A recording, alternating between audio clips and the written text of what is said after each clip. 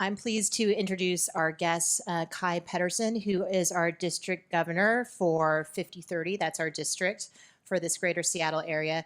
Kaj is a software executive at Astrum U with over 20 years experience in venture and helping in launching different organizations in fintech, medtech, edtech, and search and investment management. I'm not going to take too much time since he has his bio in the newsletter, and that takes away from his speech today. But the one fun thing about Kaj is he is really big into mountaineering, and he's summited 3 of the big 7 summits. Welcome, Kaj.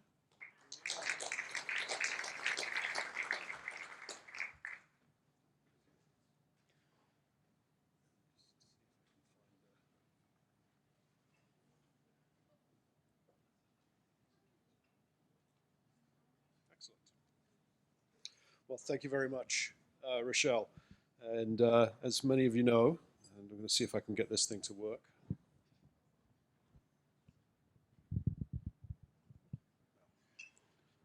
Forget it. I'm going to keep an eye on my timer. By the way, I gather that I have to be a little bit careful around your Sergeant at Arms. So my name is Kaj Pedersen. My classification is software engineer. And I joined Rotary in 2008. So first of all, congratulations to this club for having Rochelle coming up in the DG line. I think she's going to be a brilliant leader for the district. And I'm very much looking forward to helping her when I move on into the next role that they have geared for me. And believe it or not, they put the immediate past district governors to work as well. So it's all good news. First of all, I just want to acknowledge this club for all the work that you do. And one of the things I have Wendy Fisher, who's my chief of staff, do is actually do a little bit of research on all the clubs that I'm visiting. And one of the things that you do really, really well is you celebrate your new members, and your updates on the websites and Facebook, etc., are very well done, to the point that Wendy even made a remark on it in her notes to me. So congratulations on that. But most importantly, congratulations on all the work you do in the local community. I was just sort of looking through it, and a number of things. Obviously, you've got your fundraiser, which is the Gear Up Gala and auction. But the funds have been put to work in many really, I think, useful areas, particularly with LifeWire, the domestic violence services partner for over 25 years, Friends of Youth, Harvest Against Hunger, all things that I think have relevance in our society today and really do tremendous service for the community, and in particular for the impact that you're making across your community. So I just wanted to acknowledge you and thank you for that contribution, and continue to do more of it. Actually, I'm just going to drop this down on the floor. So going forward, what I want to really talk about is, I'm not going to really talk about myself. I don't really have a story to tell other than the one that's important for our district, and that is with regards to how do we make our clubs successful? How do we help the clubs find the path, particularly when you look at some of the challenging macro trends that we have in the global world today? We can talk about inflation. It's a double tax in many ways, and it does have an impact on us as we look at membership and we look at the dues and the questions around that. COVID-19. Post-pandemic lockdown continues to impact us as we try to find ways to bring people back and have them connect and reconnect in many different ways. And then obviously we have global conflict. And Rotary being in particular our district being a peace builder district, we're all constantly trying to find ways to build paths that hopefully will stop conflicts of the nature that we're seeing in Ukraine and the Middle East. So the question then comes to, and this is where I really want to talk about the future. Sorry, I got ahead of myself there. The question is, right now, the time for hope actually exists today. And if we listen to our president, Gordon McNally, he talks about creating hope in the world. And that's actually a beautiful concept when you think about it, because we can create hope in the world. And it requires us to put some effort into making that difference.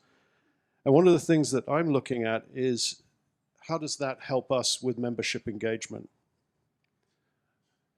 The challenge I think we have in Rotary is people are not staying in the clubs. I think our biggest challenge with Rotary is retention. And we look at it from a slightly skewered perspective, because we always hear the message about, we have to grow Rotary. We have to grow Rotary. There's no point growing Rotary if your members are walking out the back door.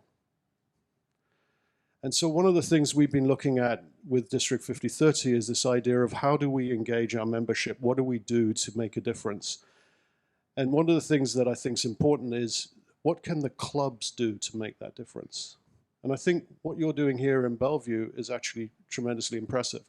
You're focused on service projects, you have fellowship events, and you actually have fun as well together. You're finding ways to re-engage with each other.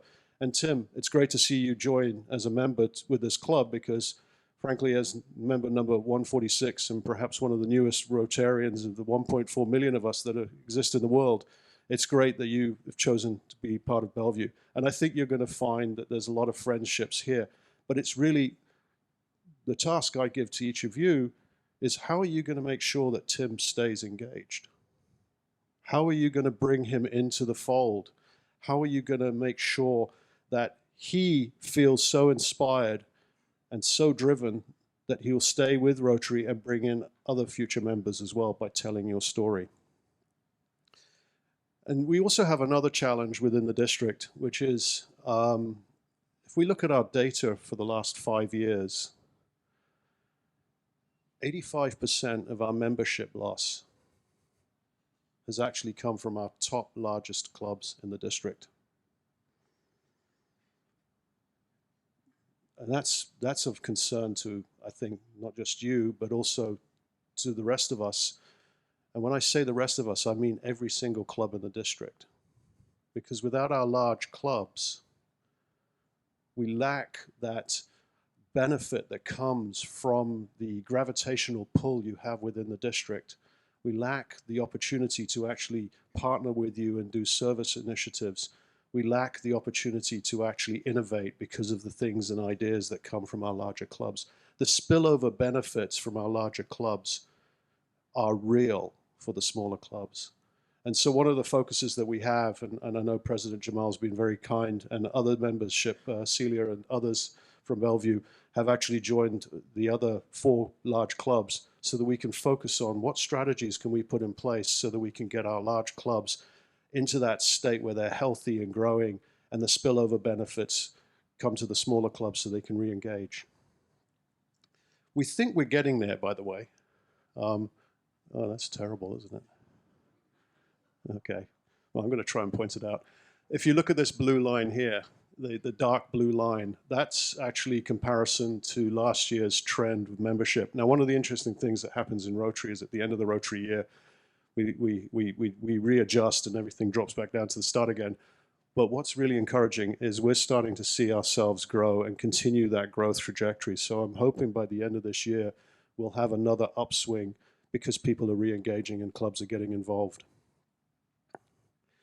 How are we going to do that? Well, hope creates or drives creation. One of the things is by adapting. We just spoke a little bit about what the large clubs are going to do, looking at and reevaluating the way that they can engage members. Innovation. I hope many of you have seen the new district newsletter. Hands up. Excellent. Comments, suggestions, feedback. Any thoughts? Do you like it? You like it?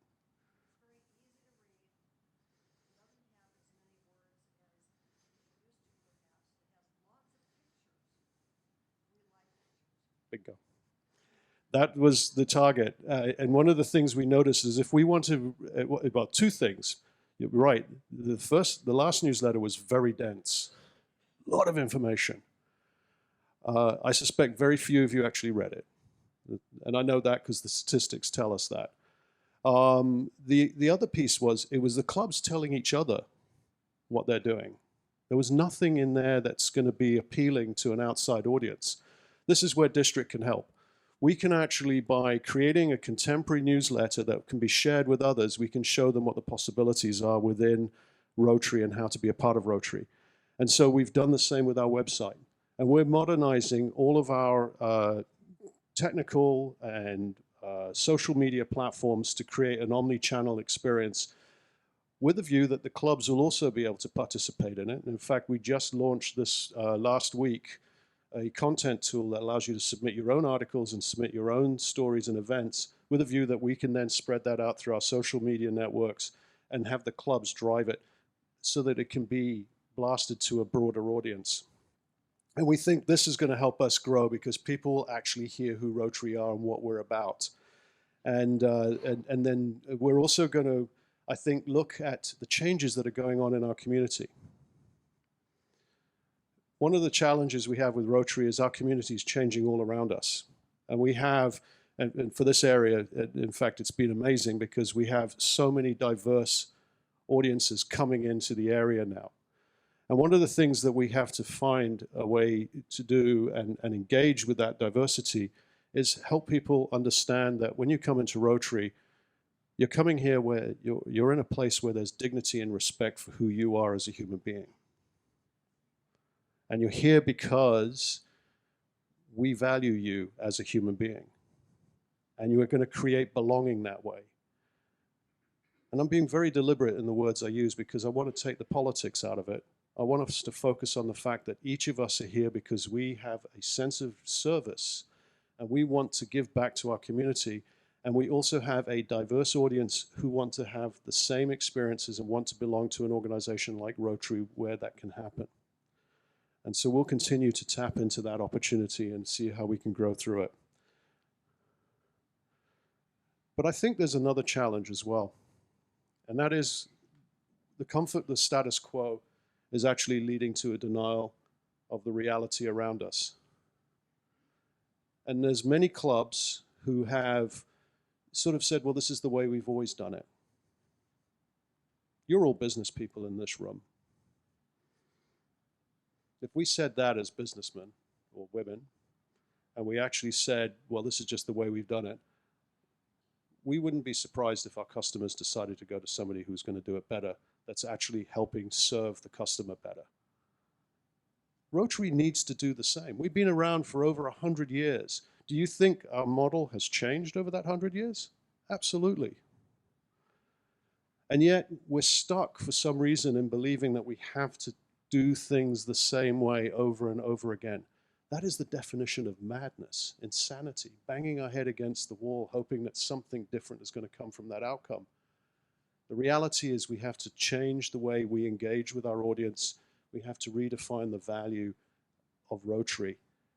And by doing that, I think we can actually not only, one, create better engagement within our clubs, we can attract a new audience. And so I ask, and I know the district leadership also asks for us to think about how we can do things differently. And the truth is, people are looking for meaning. This survey, which I like to quote often, is 65% of people said the pandemic shifted my attitude towards the value of aspects outside of work. 73%, my personal values guide how I make life decisions more today than they did 2 years ago. Those are Rotarians. Though people responding there are actually Rotarians. And yet, for some reason, we're not connecting with them. And we're not seeing a subsequent growth in this audience of individuals who are looking for meaning in their lives. Why? And what can we do differently? And that's the question I ask all of you, and I'm asking all the clubs. What can we do differently? How can we change to tap into this trend? And so we know we're drawing on information while starving for wisdom. And we should be looking for the signs in our clubs. And where we see things not working, detour and find some other path. One of the interesting things with, if suddenly your membership is going silent on you and you're not hearing a lot of feedback or you're not getting a lot of engagement, as a leader of a club or as leader of the district, that worries me. And that's when we need to be concerned. And so we have to really start talking to people by elevating the value that we have within Rotary. And that means telling our story, telling people what we do, why we do it, how it makes a difference, and really engaging people through those stories. Because human beings like stories. They're looking for that connection. And, you know, I always like to ask this question. How many of you tell your neighbors that you're in Rotary? Every hand should be going up. How many of you are on the membership committee? All of you should be on the membership committee. If we don't tell our own story and we don't actually engage with people and actually help to find new members by telling them what we're doing and why we're doing it and how it's making a difference, we can expect that nobody will know who we are and nobody will understand why we're doing what we're doing. So we have to continually tell our story. We do need to find ways to reconnect with the younger generation. Interesting statistic. Facebook doesn't work. But LinkedIn does. Gen Z are flocking to LinkedIn. And they're flocking because they do actually have an interest in their careers and their development and their future growth. And by the way, there's a whole room of people here who can be mentors and who can develop them and who can actually offer them suggestions, wisdom, etc., on how they can actually find those opportunities. In fact, Rochelle and Lisa Edwards kicked off RISE, which is Rotarians Inspired to Succeed and Engage. And we just had our first graduation event last week at Copperworks, where we had a businessman telling us his story and how he's making a difference within the community, with the graduates there getting recognized and honored. And most of them were young people looking for that opportunity to grow and develop and find pathways for leadership. Rotary is an organization that can do that. And actually with RISE, which is fascinating, is it's not a Rotary leadership program. It's actually a leadership program that we can use in our personal lives, our business lives, and our Rotary lives. So let's really embrace these kind of new ideas to bring people into the district and then through the clubs. The other one is a philanthropy in a box. One of the great things about Rotary is it does everything. It's a platform, 7 areas of focus. It's got a foundation. It's got an ability for clubs to actually connect and take advantage of all those services, including all the training and learning. I know there are businesses out there who have a lot of employees who are looking for meaning in their lives. Wouldn't it be great if we could persuade those businesses to actually charter as a club, as a corporate entity, and take advantage of the platform? Hence, philanthropy in a box. We're helping them connect in 7 areas of focus, which should cover pretty much everything that needs to be covered, from helping people find meaning through that business. And more importantly, they can take advantage of all the services so they don't have to stand this up for themselves. They just need to charter a club. So there's an idea that I hope we will start to see more of as we continue to look for ways to detour from the signs that are obviously in front of us. As I mentioned earlier, my favorite quote from Paul Harris: "This is a changing world. We must be prepared to change with it. The story of Rotary will have to be written again and again." And it's so true. And so, you know, keep reminding yourselves that over the 100+ years, 118 years, I think it is, Rotary has continually evolved, continually changed, continually found ways to stay relevant and important in the community. And it's really, really vital that we do that, because there are very few organizations like Rotary in the world that can make that difference and do it so well. So I'll leave you with another thought. Together, we see a world where people unite, take action to create lasting change across the globe, in our communities, and most importantly, when you start to question why you want to be in Rotary, in ourselves. And that's a really important piece. By doing what we do as Rotarians, we do actually change ourselves. We do find paths for others to engage, and we make a difference. And, you know, frankly, if I can wake up every morning knowing that there's a way to make a difference, to make the place better than I found it, I hope you will feel the same way. It's a great feeling to have. One of the things we're doing as well within the district, and in fact, Jamal and I were just talking about it earlier, is this idea of how do you build a long-term vision for the clubs? Because we change the leadership every year. And then the new leader comes in and they have a different idea. One of the things that we've been doing at the district level is putting in a 3-year plan and working together on that 3-year plan so that we can actually have that continuity and execution. So expanding our brand, engaging our community, grow our membership, embracing our vocational legacy, and transforming by innovation are the objectives that we're going after. Expanding our brand is simple. Tell our story. Improve the way that we communicate with the audiences around us. Engaging our community, the foundation. This is Foundation Month, by the way. EREY, great idea. Every Rotarian for every year for those who are non-Rotarians. I'm going to give you a sort of incentive. Do what Arch Clumph did. And this is inflation proof, by the way. Donate $26.50. Be a seed investor in the foundation this year if you've never if you've never put any money towards it. The other thing that we're going to create is an incentive. Paul Harris Fellows. For those of you who are below the $500 commitment in terms of your donations, if you make that up to $500, we will, at the district level, match it with 500 points so you become a Paul Harris Fellow. That's open to anyone below that $500 level. If it's above the $500, we're going to encourage the clubs to do that because we're sitting on so many Paul Harris points. There's no reason why anybody can't be a Paul Harris Fellow within 50/30.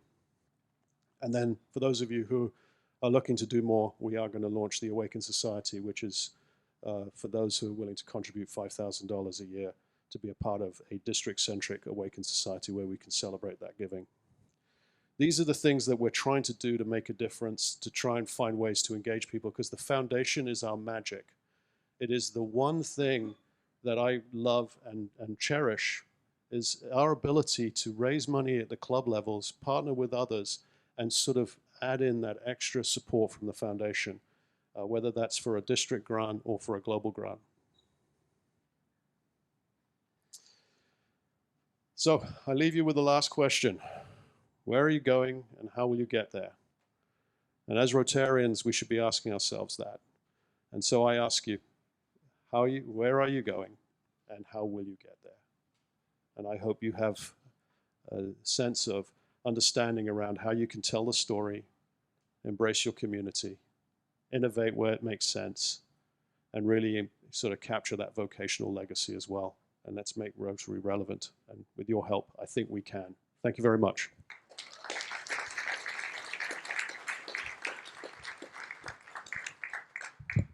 Any questions for Kai?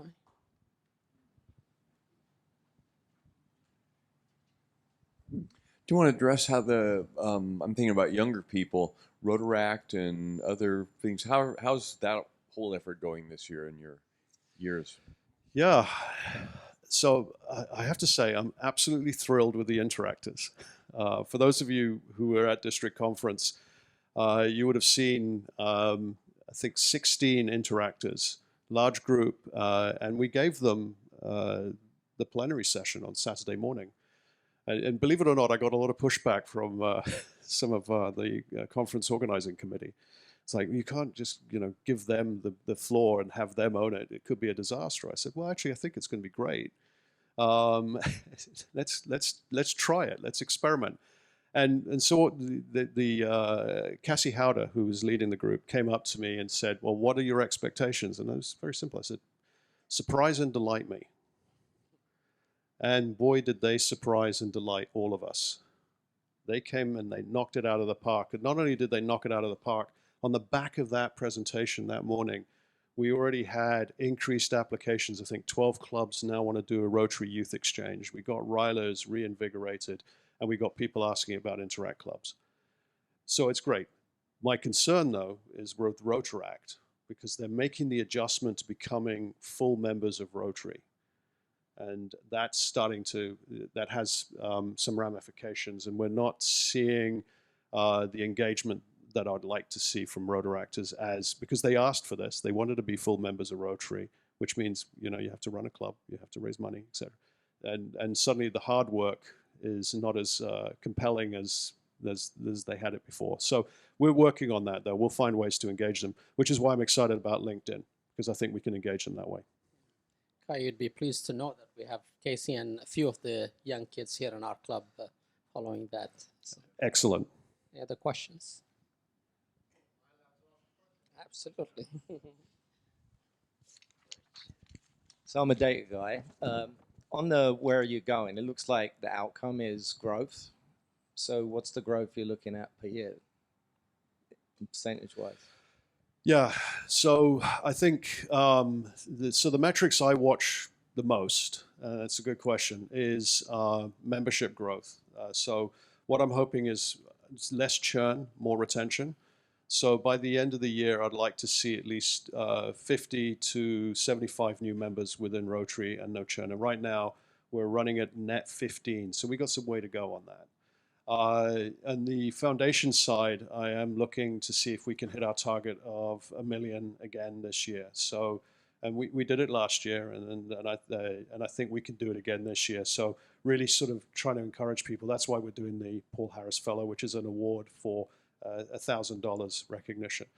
And then the third number is, is a little harder to sort of gauge, but it's looking at the number of service projects that are occurring across the district. How many new ideas are emerging, and most importantly, are people actually reading and coming to the website to learn more about Rotary? So that's kind of the metrics I'm looking at.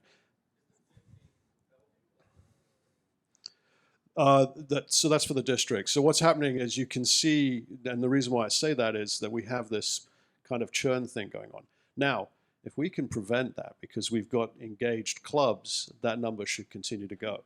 And it's a fascinating thing within Rotary is that we focus on the growth, but we have this massive, so as soon as we grow any number, we have the same number walking out the door. You know, if you run a subscription business that way, you're not going to be around for very long.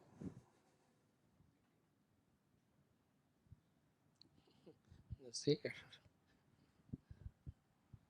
Just to continue on that theme about data, the problem that you're having is the same thing that we're dealing with the biopharmaceutical. There's always three problems: acquisition, retention, and engagement. Are you applying any machine learning techniques to improve your engagement or your acquisition or your retention? Yes, I run an AI company as the Chief Technology Officer, so that's why I get excited about data.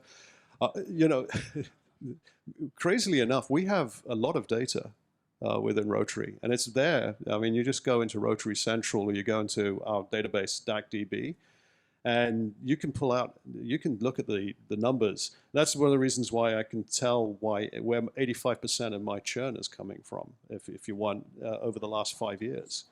The small clubs, by the way, our strategy of growing new clubs is really, really effective. And we've got, I think, 4 or 5 in the hopper now of new clubs. And when they come in, they charter with 20 members. So there's a lot of growth, but without that stability of the large clubs helping to provide the spillover benefits that allow these smaller clubs grow, we'll continue to see that churn. Kai, thank you very much for your presentation today. And as appreciation for your presentation, we are donating 1,500 pounds of fresh produce to Harvest Against Hunger, which I'm sure you're aware.